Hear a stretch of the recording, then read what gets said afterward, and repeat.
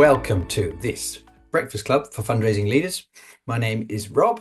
I'm from Brightspot, and 4 times a year we do a little thing. It started out, 11 years ago in a room in North London, and we had about 28 people there. And we did that for years and years and years, and it grew a bit to up to 100 people. But then inevitably in 2020, we came online, and there was lots of nasty things about the pandemic, but one upside to the pandemic is that we took Breakfast Club for Fundraising Leaders virtual. And ever since, we've been able to reach way more people than we used to when it was in real life in person. I think my colleague Katie said yesterday that we had 868 people register. Now, I know that because it's a free event, not everyone's going to be able to log on live. And that's fine. Maybe we'll get 300 or 400 people at least live once we really get going. But I want to say an enormous thank you to you, because especially at this time of year, there's all kinds of things you could have been doing, entirely valid excuses why you might not have been able to show up to the live Breakfast Club.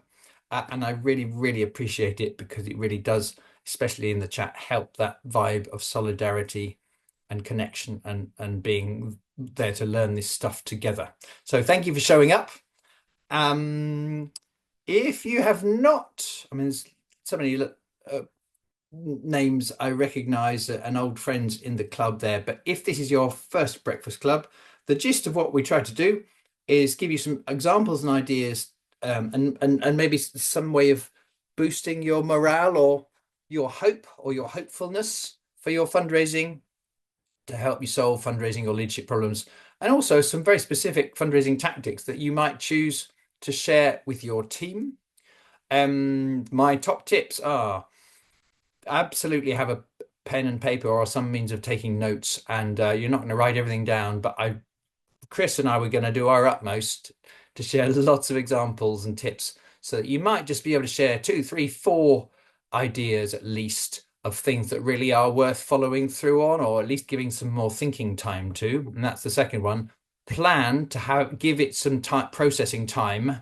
Otherwise, you go from event to event, learning to learning, but you never quite get round to implementing on your good ideas. So decide somehow between now and your holiday period, when are you actually going to pause and think and work out, if you just implement one idea, what would it be? We've got lots of content prepared for you, but we plan to have a little time for Q&A, not much, but a little towards the end of Breakfast Club, to help us find your question in amongst all of the chat. And by the way, thank you so much for all these lovely comments in the chat. Please put capital letters question at the beginning of your question in the chat. And especially for Chrissy's talk, we'll do our best to handle as many of those as we can. So what's the running order? Right now, we're in the middle of my welcome to our Breakfast Club. Very soon, I'm going to change hats and move on to presenting mode, and I'm going to share a talk for about 20-25 minutes on one of my favorite subjects, which is the idea of creating wow moments. A, to help your supporters feel great or inspired or intrigued to want to meet you, and B, because these tactics also do help you raise more money. And then I'm going to hand over at about 9:25 or so to Chris Salt from a wonderful charity in Yorkshire based in Leeds called Candlelighters. And he's been doing some really interesting techniques over the last 5 years or so, and he's going to share some of those ideas with you, especially to help in terms of corporate major gifts, trusts, income. But frankly, the ideas can help lots of kinds of fundraising, we believe. We are going to do our utmost. Then there'll be a bit of Q&A, like I say, and we're going to do our utmost to get you finished by 5 to 10 UK time. I appreciate there's people logging in from Australia and South Africa and Belgium and so on. But UK time, before we're going to finish comfortably before the hour. It's lovely that you log on live, but if you like our approach, you like this kind of content, for a long time at Brightspot, I've been doing my best to create lots of free content. Obviously, there's paid courses you come on as well, but I try every week to be creating content that's free, whether it's blogs or podcasts or YouTubes and so on. And if you like this Breakfast Club format, Then we got loads of those for at least the last 4 or 5 years. We've been putting in our Bright Spot YouTube the recordings of breakfast clubs. So if you like it, just go back and binge on a couple of those if you can fit those in amongst Home Alone and Nativity and so on. There's a wonderful one about making time to think from the brilliant Jumar Johnson. There's a really good one from Esther Kwaku, Christmas time, I think it was last year, about well-being and ways of actually, in practical terms, looking after your ongoing well-being amid the pressures of working in the charity sector. And in the summer, just recently, 3 months ago, Shelley Thompson did a wonderful talk. She's from Oxfam, all about, as a leader, ways you implement the healthy processes that help the good fundraising happen week in, week out. That's some really, not just philosophically, but practical, specific tactics that she and her team do as a team to have a regularity to these good behaviors and habits. So that one is worth looking at from Shelley Thompson. I know that plenty of you already know all about my podcast. And by the way, thank you so much for all the lovely feedback you give me about our podcast. But for, I don't know, 5 or 6 years now, pretty much every fortnight, I put out a new 30-minute show. So if today you don't know about that one, but during Breakfast Club, you like our style of using real examples to pull out learning points and techniques, there's lots and lots of free content in the Fundraising Bright Spots podcast, the Fundraising Bright Spots podcast on Spotify or Apple Podcasts and so on. Do check that one out. Across our talk, we'll mention a couple of them, but really just go and have a look at what title grabs you. We released a new one just yesterday about how to make a comeback with a wonderful fundraiser called Julian from the Sustainable Restaurant Association. It's all about changing your under pressure. How do you change your strategy and then hang in there to make a wonderful comeback, as the SRA have done? But anyway, there's loads there. Check out the Fundraising Bright Spots podcast. Okay, all of that said, let's get into the first presentation. Thank you so much for all the chat, by the way. Do keep that going in our virtual space, just if and when you get a good idea or an idea you like or whatever, just the sharing of those does help other people feel a sense of solidarity. Okay, wow moments, one of my favorite topics. I've been teaching it for years. The heart of it is, how can you, not all the time, but in a few bits of a fundraising journey, proactively do something a bit different or a bit better than would normally happen, or than most people would expect of a charity. We have found for the last 8-9 years that if you do that, not only does it feel great, it tends to raise more money as well. It was inspired by a book which isn't about fundraising explicitly. It's just a really interesting book about life and about the human experience, whereby, crucially, human beings don't experience all moments in time equally.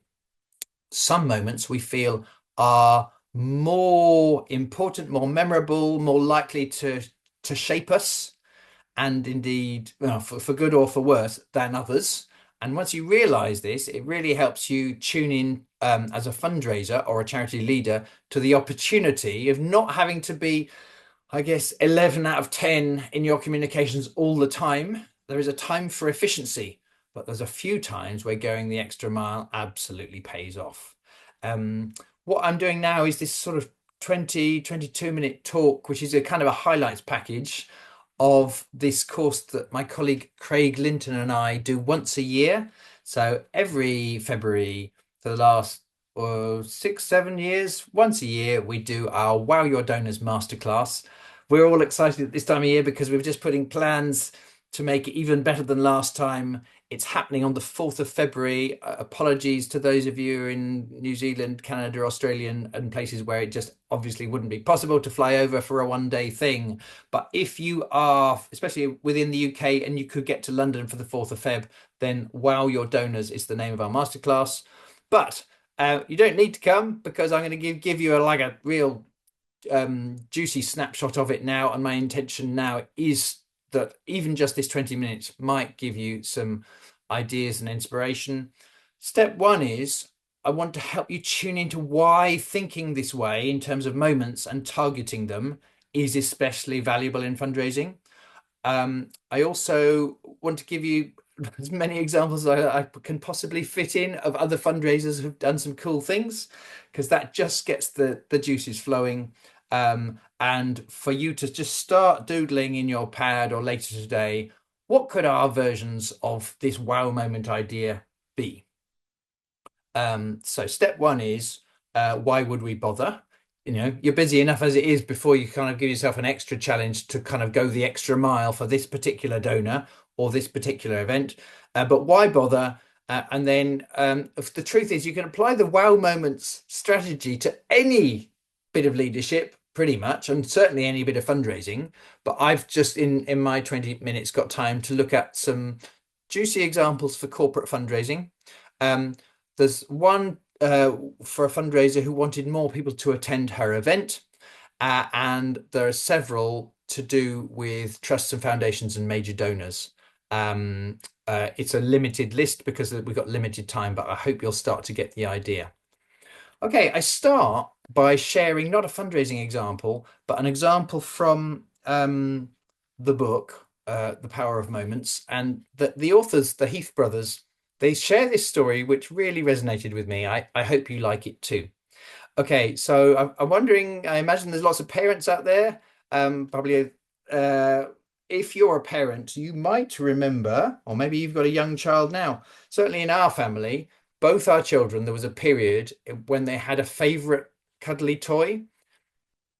And that cuddly toy was actually more than a toy. It was quite important to the child that they have the toy when they looked for it. So in this real story, true story, what happened was a family were on holiday somewhere and they needed to pack in a bit of a hurry, and off they went. And on the way to the airport, one parent turned to the other parent and said, "Have you packed Joshy?" "Well, I thought you were packing Joshy."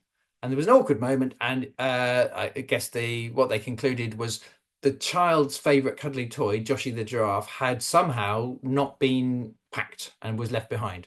And apparently, one parent or the other, I guess, tried to cheer up the child by saying, "Well, maybe he's just having a longer holiday than us." Anyway, of course, what would you do? Well, you call the hotel and you try and ask them to track down if it's that important. But I think not all, but some of the hotels I've stayed in, I wouldn't be getting my hopes up too high. And maybe I would manage expectations for my child. And if I was lucky, maybe, I don't know, 2 weeks later, you might get a jiffy bag squished through the front door, and inside, you probably have to sort of open it, and the toy would have his hooves up round his ears, it's squished up, and then you call your child. Well, what happened in this true story is 3 days later, a lovely big robust box arrived, and in the box they opened it up, and there in the box, reclining on a lovely bed of those bubbly foamy things, was Joshy, and in his little hoof he was holding a photo album.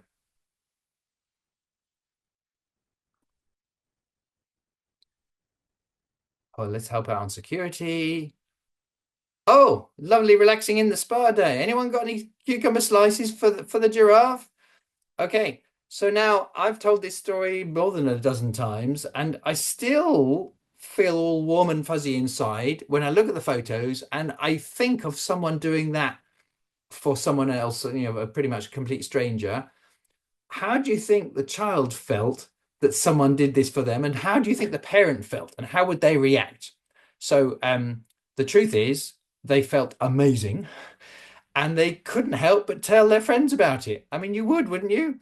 Indeed, the grateful, I think it was the Grateful Dad, wrote a blog about it, which is why it's kind of a well-known story now, and why these photos were available, and the Heath brothers wrote about them. So I guess part of this story is I'm showing, if I say wow moments, your brain might say, well, just good customer service, or be nice to people.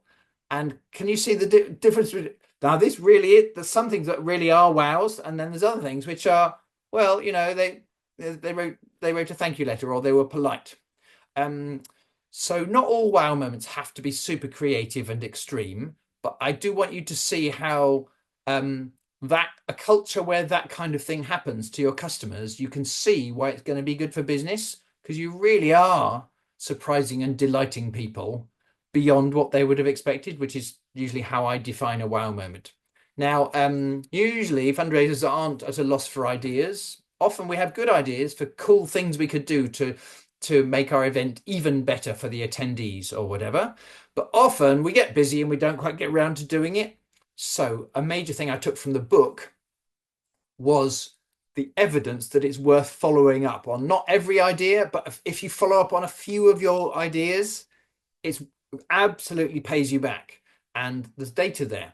There's a piece of research by the Forrester Group back in 2016, and what they found, I guess, to get the main meaning, you have to think of a sliding scale of customer satisfaction or donor satisfaction. And they say if at level one, some of a company's customers are pretty unhappy, they're level one and level two, and that there's some that are contented with your company, and there's level seven people who are raving fans for your brand or for your company. Um, they say if we could divide it up between two types of tasks you do working for a company, number one, tasks to cheer up the people who are really unhappy with your company and to get them to a three or a four. Let's call that plan A. Or plan B is get people who are safe level four. They're fine, they're contented, but you absolutely make their day. You get them to level six or level seven of absolutely being delighted. That's plan B. The key question is, what do we tend to spend most time on across a week? And the majority of people I talk to tend to say, well, I'd love to do the second ones, but usually it's like trudging through treacle to solve all the other stuff just to solve the problems. And I think that is fairly typical. So you can get to Friday evening and you still haven't done the thing that wasn't a squeaky wheel, so to speak, that wasn't urgently grabbing your attention. But what they found when they've studied all these things of companies like that hotel that did that amazing thing, when you go the extra mile unasked for to make someone's day in these ways, elevating the positives tends to earn at least 9 times more than if you only ever managing to solve the problems and quote become efficient. So that's a bit of research about it, but basically the reading of the book and me studying how fundraisers do this have convinced me that if sometimes you go the extra mile, oh my goodness, it doesn't. The point is, it doesn't just pay you back 4%. Like, the level of reward is massive, partly or largely because almost everyone else will have given up. Almost everyone else will have been too busy to be amazing rather than just get it done efficiently. So a key question we teach is how can you create a positive surprise or insight or connection or pride beyond what most people would tend to expect? Um, so, like I say, you can apply this idea to all kinds of fundraising. It is one, not the only, but one of the many tenets we share in our corporate mastery program, for instance. And one person who was brilliant at this one was called Anna. She's at a different charity now, but years ago she was at Scouts. And again, the key thing is wow isn't just for stewardship. Like one way you can use wow is to get a first coffee or to get a meeting with a company where you really would like to talk to them because you think there's possibility of a great partnership if it worked out. And Anna got really good at this. One of the famous ones she kindly shared with me was reaching out to Innocent, as in smoothies, because she wanted a meeting. And if you look closely, the entire pitch, not to get money, but to get a cup of coffee or at least a chat about whether a partnership could ever work, the entire pitch is written on an Innocent smoothie label that she's entirely redesigned with brilliant, persuasive, fun copy. Um, and she sent that bottle, and guess what? They were really keen to talk to her, and she achieved her first objective, which was A, impressing them, but B, getting in the room to have a first exploratory cup of coffee with Innocent. We've been sharing these examples for years. One of the more recent ones This was Jade from Dogs Trust, and she liked this idea. Here she is doing a talk about this at our Wow Your Donors Day last February. Basically, 2 years ago, she was doing corporate partnerships mastery. She wanted to get a coffee meeting with hush puppies. Um, what did she do? Well, she probably first tried some easier things because you would, and I recommend you do. But because it hadn't worked, what did she do? She noticed that the logo for Hush Puppies is a basset hound.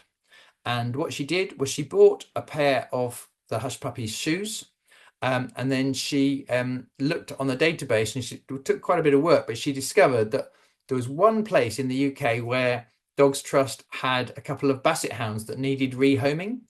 One of them was this wonderful, cute dog called Bertie, and she sent the new pair of shoes to Glasgow, and her colleague in Glasgow did a kind of an unboxing photo shoot, if you will, with Bertie the Basset Hound, and took these gorgeous photos.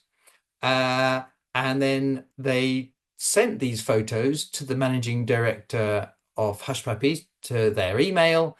Cleverly, they didn't need to click anything to see. As soon as you opened, you saw these amazing representation of how well our brands could go together, kind of like draping a gorgeous model over a car, so that you kind of the positive elements of the attractive thing rubs off on the product, if you will. Anyway, we'd love a coffee was the message, not can we have money? We'd love a coffee to talk about a possible partnership. We think we'd go really well together. Look. Sent that. Guess what? They got straight back. He forwarded it to the marketing director. The marketing director was really keen to meet, so they had a meeting. Then obviously, kind of getting connected to the cause as well was important. So they visited a homing centre. They negotiated the details, and in the summer. Not this last summer, but the year before in John Lewis. If you'd gone to John Lewis in August, you would have seen in the back to school range these lovely yellow branded things for a cause related marketing campaign. Each pair of shoes you buy, money to the charity. It was worth more than £23,000. Well done, Jade. Another one I really like. This is hot off the press. I'm not sure if Becky or anyone from Rainbows is in the chat today, but a big shout out to a brilliant fundraiser called Becky Sharma. Becky came on Corporate Mastery about a year ago, and she really liked these ideas. She had no, basically, she had the idea because her children love these audio storytelling boxes called Tony's. Her kids have one and loved it, and she was conscious that within a children's hospice, goodness me, there must be some difficult times, scary times when the distraction of a favorite story, I mean, this really high quality product would be really feel great, would be reassuring or distracting or whatever. Maybe the family or parents can't be there all the time. Anyway, Becky had this idea. Challenge is these things are really not, I mean, they're wonderful, but they're not cheap. So what to do? One fundraiser approach would be to go and raise some money to raise the money and then go and buy the things, but that's fraught with challenges, especially if it's not already in budget. What Becky did is basically these things consist of the box, which is the player, and the character on top, which is kind of like the CD, a cute version of how the story is played. And if you want the Gruffalo one, you put the Gruffalo one into the machine on the top of the machine. So what Becky did was she got a blank one of these characters, which is on the left, and then got her creative skills out, and she reshaped it to representing Bo Bear, which, and if you know Rainbows, you know all about Bo Bear. Bo Bear is the wonderful cuddly teddy bear mascot of the hospice who comes to various events and things. So she created this Bo Bear character, and onto the Bo Bear character, using the machine, she recorded a 3-minute story talking about what a wonderful difference it would make to children and young people in that hospice if they had some of these lovely audio players in the hospice. And then what she did was she wrote a beautiful, very warm, relaxed, playful, persuasive letter to the company, and she sent it off with the little character that could be played.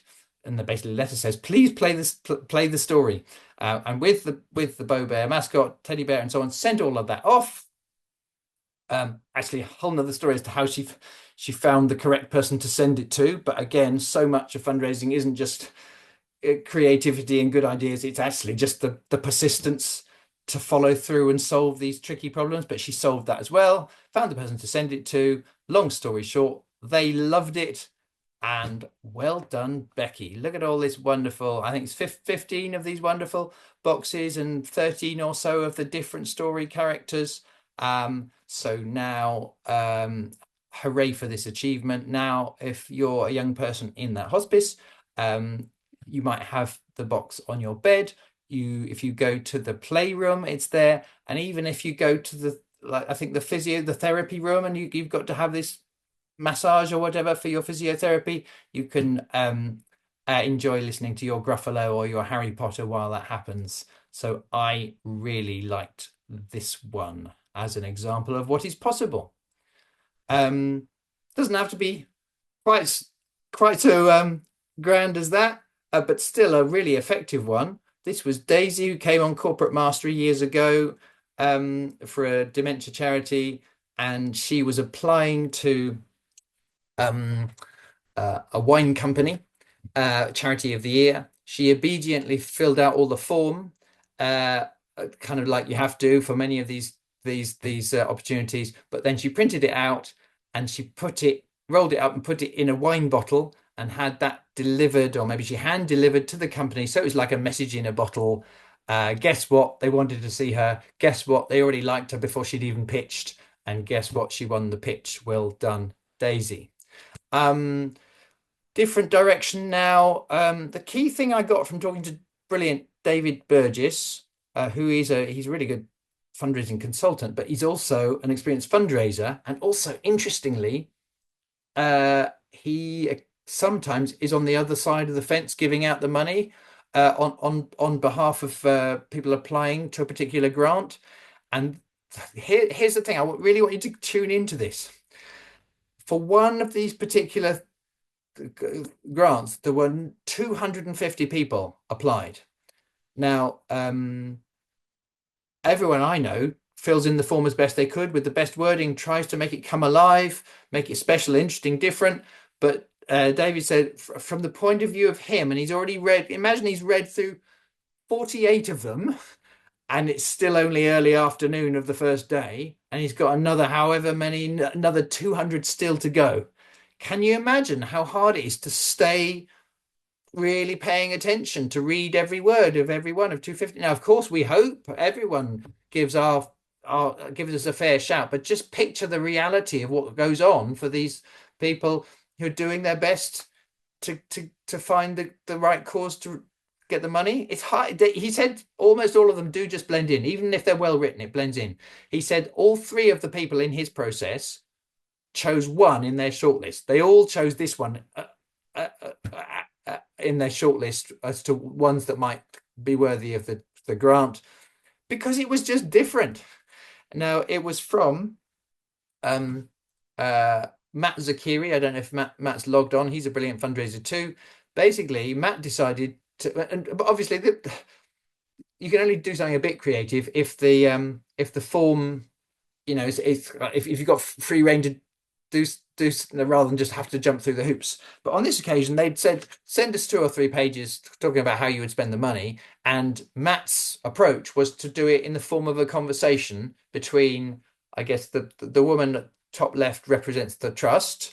Please tell us a bit about your charity. And then the guy with the beard represents Matt explaining the charity called Chapter. Well, certainly, Chapter provides support for people with these particular conditions in Cheshire, West, and Chester. And it's all the same information as if he'd written it more orthodox way, only cleverly he's done it as a conversation. So of course, it stands out, it gets read properly. It also does happen to be very well read. One of the bits I really like is at the end. We got this. Yeah. It says, last question. Thanks for your time. Just one more question. Isn't this conversational format just a gimmick to make you stand out?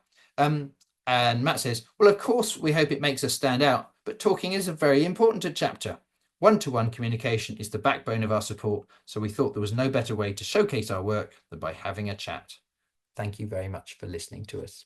So I especially like that because it mind reads what the difficult question objection might be, and in this case, his creative treatment is entirely justified, I think, because it's about conversation.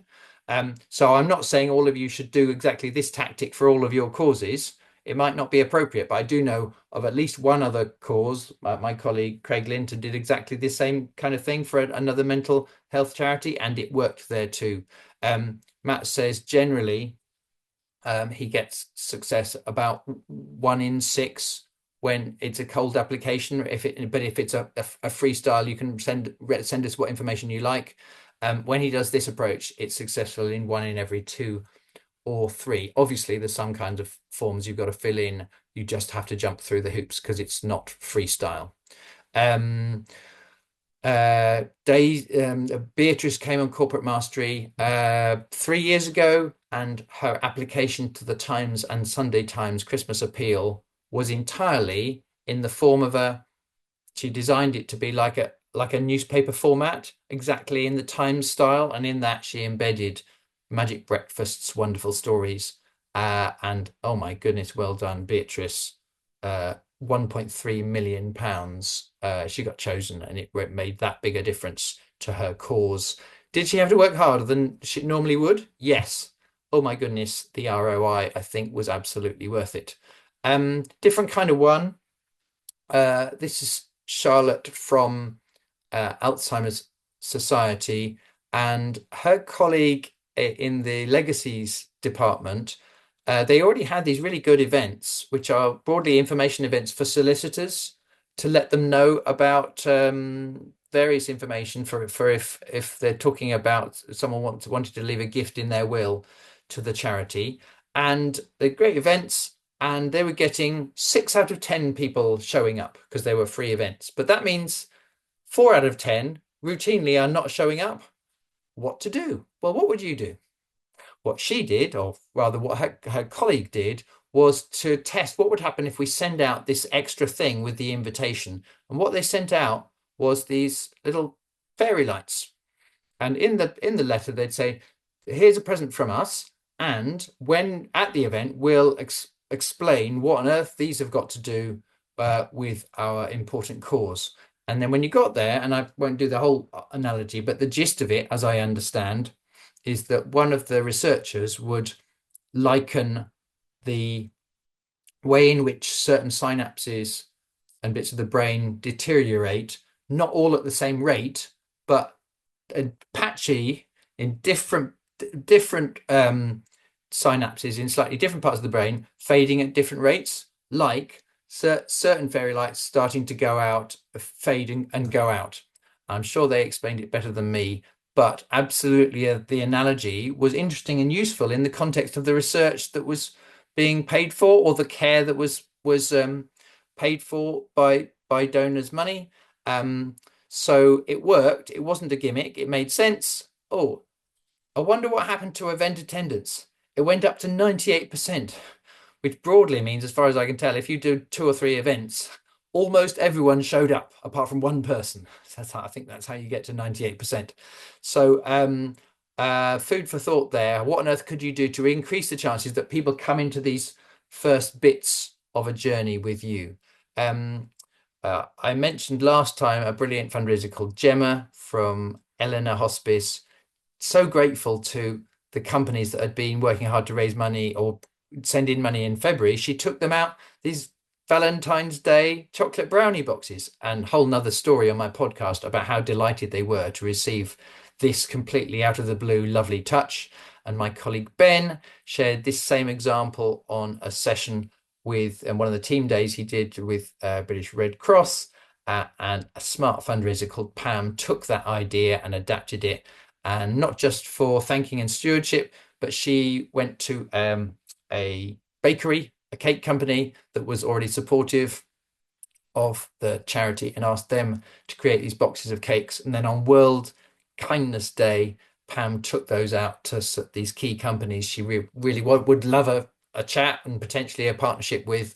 Took them to about 15, had lovely chats, brought joy to people's day. Got in the doing of that, got 3 agreements for further, actual proper cup of coffee. And then when that day she went back to her office, there were 3 or 4 more emails in the inbox, people wanting to put a next step in the diary, and didn't need budget because the cakes were kindly donated by a partner. Um, right. So if you're thinking, yikes, how am I going to could I do all of this myself? Honestly, I'm not saying all of these ones are appropriate to all of us now, because like there's some things that take amazing effort and creativity there. Some are easier, but I think my one of my favorite ones, frankly, is with Rachel Catola, who until recently has been a wonderful fundraiser at children's hospices across Scotland. I think she's got a new job very soon. Anyway, on my podcast, episode 100, she talks about this particular donor who'd been giving £50 per month. And then in March or April 2020, that fateful month, he made a bigger difference with £1,000 donation. And Rachel knew at the charity, sent him a nice thank you card. And long story short, now and again, he would give a bit more, and she would just do these extra personal touches. In due course, finally, phone calls and so on. Finally, after lockdowns, she was able to meet him for coffee and say, "Well, you're now giving." But keep up the story. Basically he changed from £50 a month to now regularly, consistently upping his gift to £1,000 a month. And over coffee, she said, "Wow, that's so generous. What happened?" He said, "I'll tell you what happened. Like, I couldn't believe it. I got that handwritten note, and it was on the doormat next to the basically junk mail and bills. I was so surprised. I called my wife over to have a look. We were so touched." Um, I think what I'm really saying is, even though it's a fairly obvious tactic to many of you, writing a prompt, handwritten personal note to someone to thank, um, so it might not seem wow to you. To the donor, it really is. He'd never received that ever before from a charity. So things don't have to be fancy and creative to actually make a real difference, and maybe a wow moment for our supporters. In fact, latest time I talked to Rachel, the donation is now at £2,000 per month, so it's 40 times greater than it originally was because of her doing these fairly sensible things. So if I were to sum up, by all means, occasionally super creative is hold earns its place, but I would really recommend you prioritize thoughtfulness, tune into who the supporter is and what would make their day, or what would kind of get this next step, rather than it needing to win a fancy story that would win an award, and so on.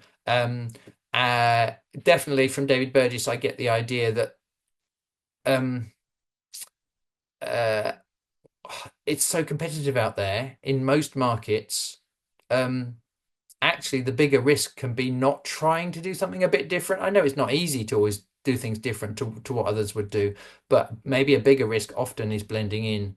Um, and the truth is, you can't do this for every company, for every trust, for every supporter. But crucially, apply the 80/20 rule. And even if you just send thank you cards to 5 of your 50 event participants, but which 5, that can make a massive difference to your bottom line if you're thoughtful about it. If you're interested in going way deeper, because this has been a whistle-stop tour through some fun stories, but actually I haven't had time to do loads of detail on the how. Um, like I say, we're really excited putting together plans for our annual course. It's on the 4th of Feb. If you get in quick, then you save £100, and it's £250 plus VAT with the early bird instead of 350. We will do our best to put a link in the chat so you can look at the course information and weigh up whether this would be good for you or someone in your team. And of course, the other stuff, those of you who know my work well, there's lots of other training we provide.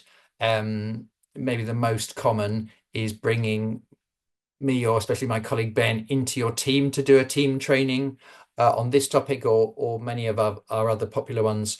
And of course, our perennial Major Gifts Mastery and Corporate Partnerships Mastery, which you've probably heard me talk about before. But the next one of those starts again in April, if that's been on your bucket list for a while, and the early bird is still available on that one. So I'm going to take a deep breath. I'm just going to take away my slides now so that Chris can start to bring his up. And it's my huge pleasure that I'm going to go to have my cup of tea now. And Chris Salt is going to share some ideas. Basically, I asked him to do a TED Talk length talk, about 18 or so minutes, and he is going to share various things he's been doing over the last 5 years to help, especially grow corporate income, but also some things that have helped with high value, with major gift income as well. So he's going to set the context a little bit initially, and then he's going to get into some of the tactics, and I think you're going to like them. Thank you. Over to you, Chris.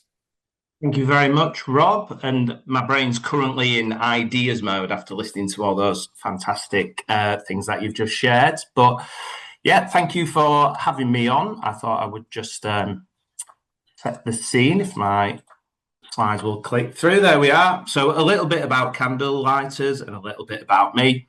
So Candlelighters is a regional charity based in Yorkshire, supporting families who are affected by childhood cancer. We don't do so much to help families, it's so vast, but I think the way a bereaved dad put it, whose daughter Grace sadly didn't survive her cancer diagnosis, he said, when your tower of life is crumbling down, Candlelighters is the scaffolding that holds you up.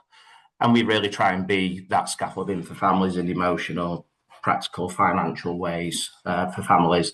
We also invest in research, and we've had a global impact around the world, better outcomes for children and families, reducing suffering and saving lives. And we're not a massive team as well. We're 35 across the charity. So just to give you an idea of our size and scale. And then a little bit about me. I came to Candlelighters in July 2019, 6.5 years ago. And Candlelighters' first charity role after 20 years in the private sector. So 10 years in retail management, 10 years in training and education. And then came over to Candlelighters to join a corporate team of 3, and then took the lead on corporate in 2021. And then a couple of years ago, moved across to high value gifts, major donor. I love that picture on the left. That's just me getting ready for a regular day, working for a children's cancer charity. Lots of fun, lots of vibrant pink, as you can tell there. And then you might be thinking, why listen to these guys? Have they got any credibility? So we're not experts by any stretch of the imagination, but we have had a good go at things. And you can see from the corporate income graph on the left there that the trajectory is on the up. Certainly if you look at 2015, kind of 250k to over 600k we're anticipating this year. We're ahead of budget. And then high value gifts, we'd received some donations, but more kind of reactively rather than proactive. And then as it kind of came across in 2023, we can see high value gifts income has gone up significantly there. And hopefully this year we'll have our best ever year, over £200,000 as well. And just because it's topical at this time of year, and we've just finished it, Big Give last year was our first attempt at it. We did £40,000 in total. This year, we did £80,000 in total, and a lot of that income has come and will feed both of those income streams as well. And so, yeah, building better relationships. How did we end up where we are? So there were some team changes that took place at the beginning of 2021. So as I say, I was recruited into a team of 3. Both my colleagues in corporate left within a week of each other. They assured me it wasn't me, but I'm still not over that yet. Maybe it was because of me. So the team changed, and I was asked if I could take a lead on corporate. And then we were recovering from the pandemic as well. Was the structure that we had pre-pandemic the right structure to take us forward in this new world, as we talked about?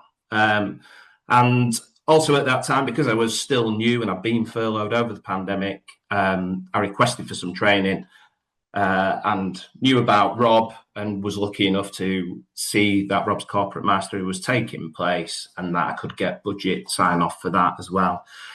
And that really supercharged how we were thinking about how we do relationships across the charity, really, with our donors. And the beach ball there is not me on my holidays, unfortunately, but that metaphor of, quite often we're at the charity and we're looking at the beach ball from our point of view and what those segments are. Maybe it's raise more money. It's always raise more money, raise awareness, get more volunteers, whatever those segments are. And we love that. In Rob's course, it was very much about seeing things from the other perspective. So that corporate or that individual, what are their segments that they're looking at that are important to them and how can we talk to that? So there was a lot of, maybe that's around PR and marketing and warming up the brand. Maybe it's around people and culture and a team that plays together, stays together, and getting involved with a charity can obviously help with that. Or if it's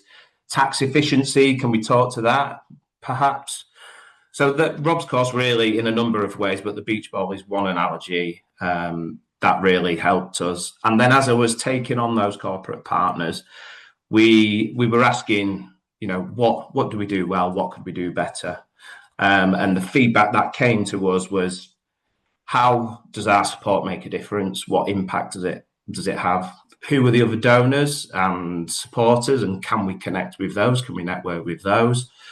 Where can we come and get ideas for what's working for other businesses, any easy ways to raise funds and have an impact? And can we come and share what we've got going on so that we can try and fill our places if we've got a football tournament, things like that. And so with all those things in mind, so Rob's course was talking about non-fundraising engagement events. We were hearing from corporates, we want a place and a platform to come and share and find out more. And so the snappily named Candlelighters Business Collaboration Project events were named. We did try and come up with a better name, but a bit like Ron Seal, this says what it is on the tin. And so I spoke to our head of fundraising, our CEO, who were very forward-thinking and open-minded.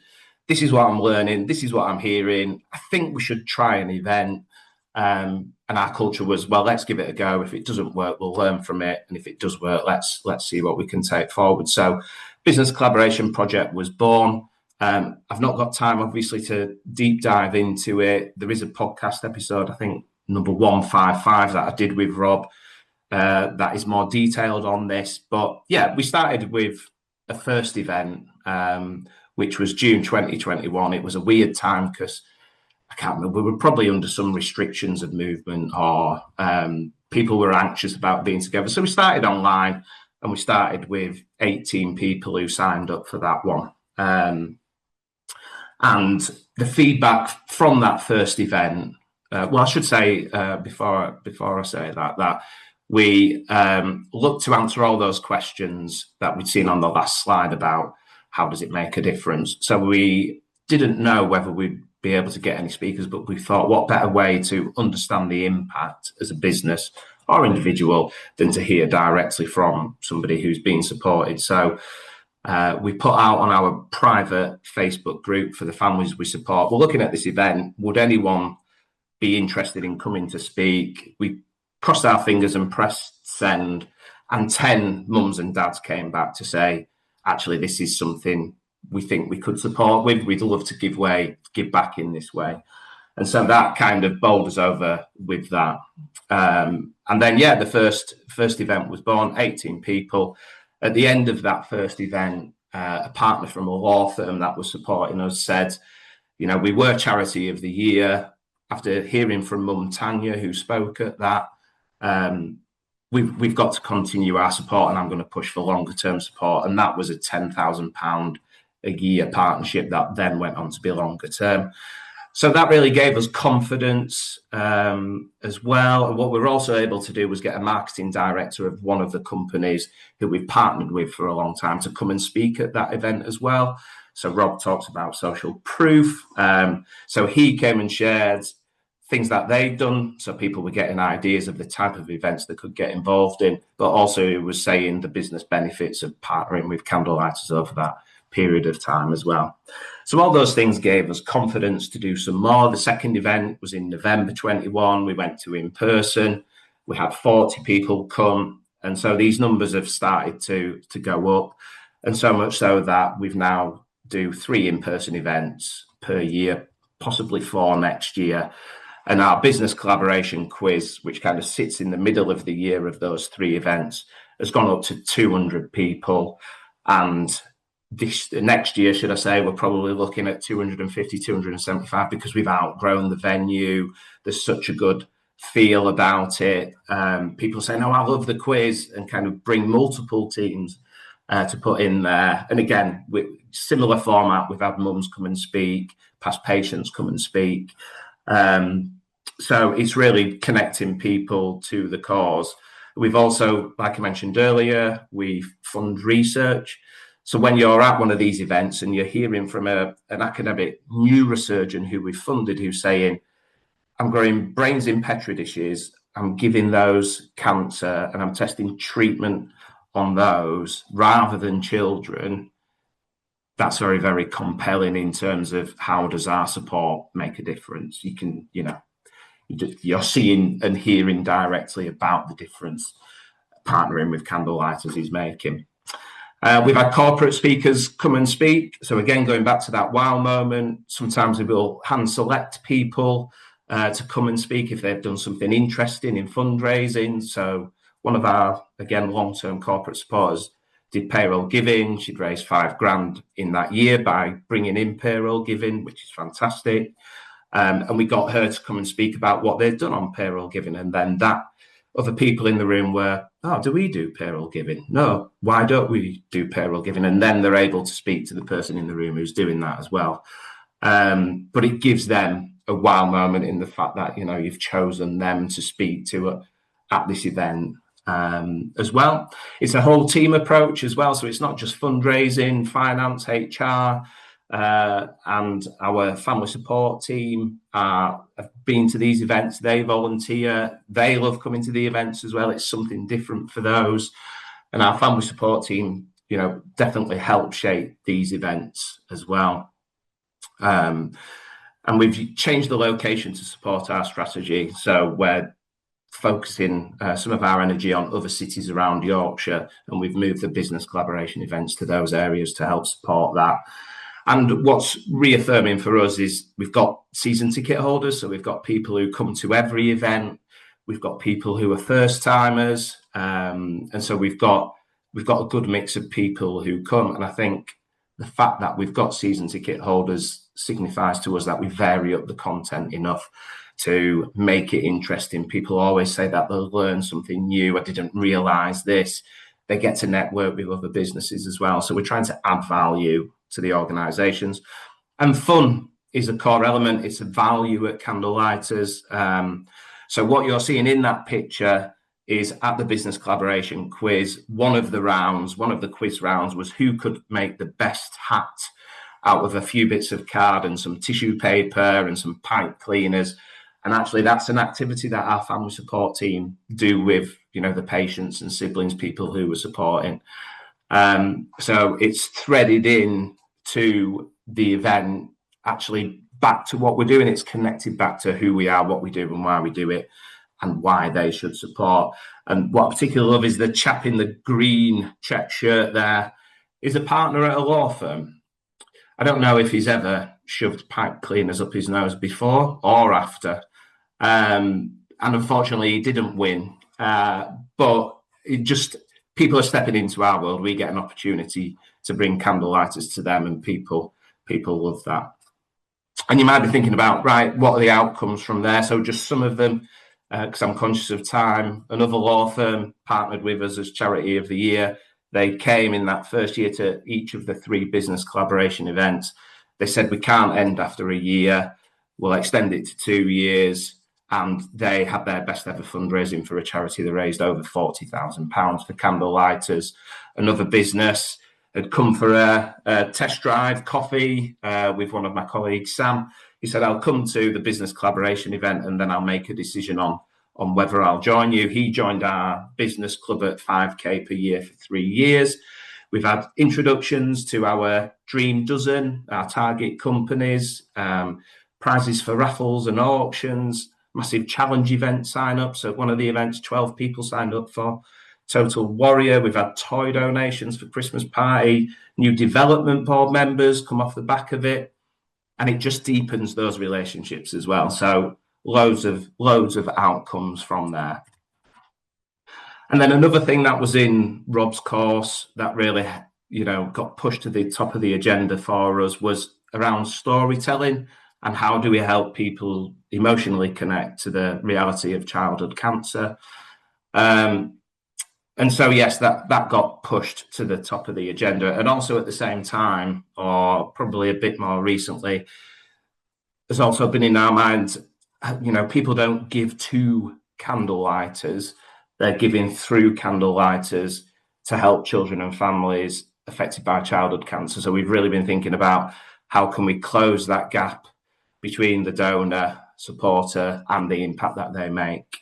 And so storytelling, became really important. And we have a fortnightly all charity meeting. It's become an agenda item on there. So the frontline family support team are always sharing stories of what they're doing, why they're doing it, and the difference it makes. And we've also got a Teams channel as well, which there's just constant gold nuggets on there of, we've been doing this today. There's some photos. This is the difference it made. This is what a parent said or a child said. So that Teams channel is just providing really short, easily shareable things that we can send on to donors and supporters. Again, creating wow moments, but being really quick on those as well. And these pictures are just an example of that. So a corporate brought in some decorate your own baubles, decorate your own Christmas decorations. She brought those in for us at the beginning of last week.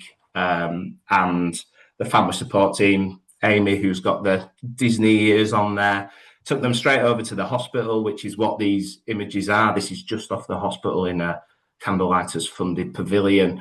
And, the patients, siblings and mums were just able to sit and do those. It doesn't look like a hospital environment. It's something that distracts.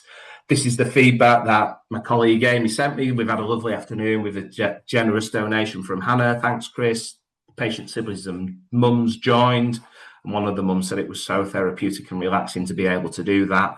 I was able to send that to Hannah. Hannah messaged me back straight away. She was like, Chris, I was having a really crappy day and this has just absolutely cheered me up. So again, just having those, this is the difference you've made, and helping them feel good for what they've done is what we've really worked hard on.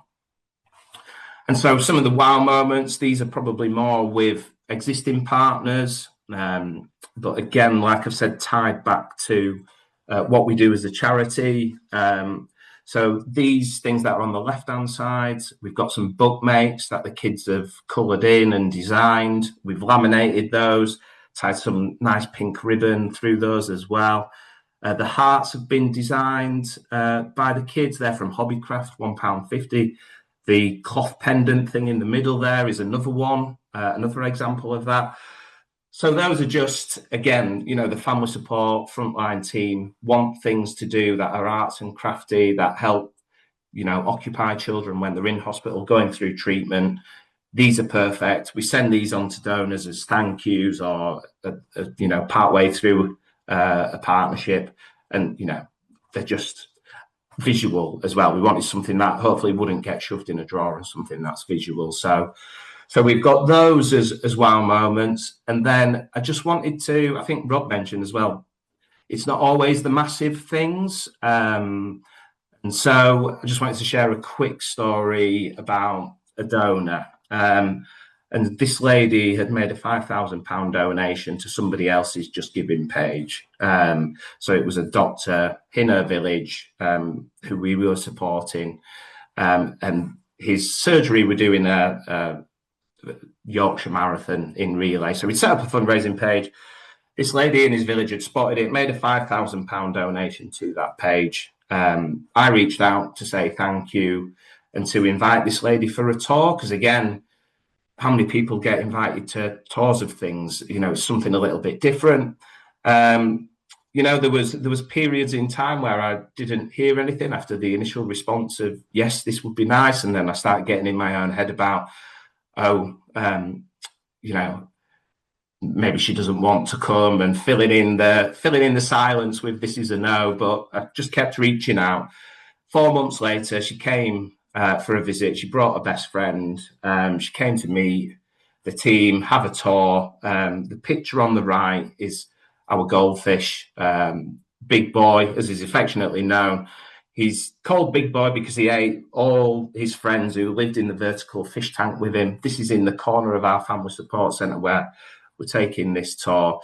And this little boy who's 3, who was going through his chemotherapy, coming in daily, would come and see Big Boy every day. And we're sat next to Big Boy holding our meeting, just having a chat. This little boy comes across to Big Boy. Now, Big Boy, I think, was part human, part fish, because he swam down as he's doing here. But this little boy was even shorter. He swam down to eye level and gave this boy a kiss through the glass. And then this little boy went off to have his chemotherapy. And, it just melted the hearts of the people who were at the visit. At the end of that visit, the lady said, "I've loved everything. I'd never heard of you before. That was the first donation and the first time I'd heard of you. Because of everything I've seen today, I'd like to donate £100,000 today, and I'd like to do that for 5 years. So £500,000 pledged in total." And I suppose what I'm trying to say is, just one, don't take silence as a no, and it can take perseverance. And 4 months for this one was actually pretty quick. Other ones, I've got somebody coming to visit in the new year, and that's taken 2 years to get in the diary. But I think it's just that perseverance. I'm just conscious of time, but I did just want to touch on Dream Dozen. We've rebadged Rob's Dream 10. That's in his course because we like alliteration, says Chris at Candlelighters. So we changed it to Dream Dozen. There's certainly a lot more that we can do with this in terms of sharing it and things. But some successes that we've had off here, the £40,000 charity of the year, which was that law firm that did 2 years. They were on there. And actually, when we partnered with them, it was a wow moment for them because we said, you were on our Dream Dozen. We were one of the 12 businesses we really wanted to work with. So that gave them a wow moment in that respect. Another company that was on there, we had these displayed in our family support centre. A parent said, I know the owner of there. Our kids go to school together. So we had a chat and got an introduction to the top of this organisation, which didn't go anywhere, unfortunately, because we weren't aligned with what they were wanting to do. But we wouldn't have been able to have that chat at that level, I'm very sure, without that introduction. And then we've also had a £7,500 charity of the year off the back of this. And as I say, there's definitely more that we can do on Dream Dozen and targeting specific companies, whether it's charity of the year or if it's a longer term partnership where it just makes sense, where our values align. And things like that.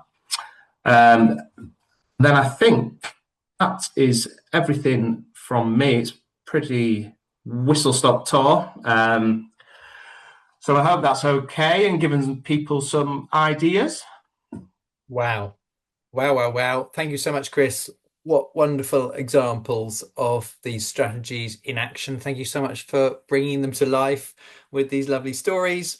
I'm really conscious of time. By the way, shout out to your colleague Tom from Candlelighters, and thanks, Tom, for your part in answering the questions.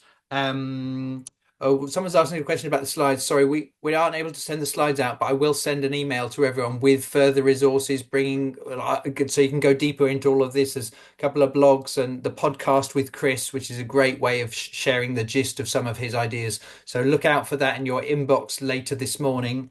Lots of lovely comments. Really appreciating what you've shared, Chris. One question from Zara is about the gist of it. How do you manage team changes for donors, apart from ensuring different touch points with different staff members through the donor journey? Any top tips for help, kind of the whole relationship not breaking down if someone leaves? Yeah, and I mean, we kept a lot of the businesses when my two colleagues left. I think it was just being in touch, and just being honest. And we're going through some team changes again. Our corporate partnerships exec has changed, and we've got somebody new coming in the new year. So I think it is just picking up the phone and being in touch, and trying to get those test drives in face to face. And I think most people are warm to that. Yeah, I think there's no magic. In fact, I mean, there's some wonderful strategy here and creativity Chris shared, but so much of what makes it work isn't a magic fancy answer. It's some common sense, but crucially that the hard work of doing these things. Chris, if you would take your slides away, I will just bring mine up. I'm actually there weren't loads of questions in the chat. I think people were just kind of in awe of your big boy story and others. Really, Chris, I think you made a couple of people cry out there in office land. Um, uh, by the way, shout out to Rory. Congratulations on your new um, charity of the year partnership. What you won using a wow tactic and taking the risk and that really paying off. And thanks for letting me know all about how you did it. It's fascinating stuff. To get people away soon, obviously, like I said earlier on, it's one thing to hear all these examples. It's another to pause for 15, 20 minutes and collect your thoughts so you're not overwhelmed, but you just might come up with one or two strategies or conversations you're going to follow through on. Um, Inspired by some of what Chris has been up to, or maybe a couple of the examples I shared. Like I say, you don't have to show up to Breakfast Club in order to get this kind of content. If you're not already, my top tip would be, go and find Fundraising Bright Spots podcast and give it a listen. And then you can, when you're walking your dog or doing the washing up or whatever, you can keep this kind of inspiration coming through. Like I say, we're gearing up for another exciting Wow Your Donors. So we go so much slower and deeper rather than just give you some headline stories. We'll absolutely help you come up with your equivalents to the kinds of things that Chris and I have been sharing. So do check out that on our website or via the link. That's Wow Your Donors in February, and it is cheaper now if you can book your place. And if three people from the same charity book, do get in touch because there's a discount there as well if several of you are booking. Oh my goodness.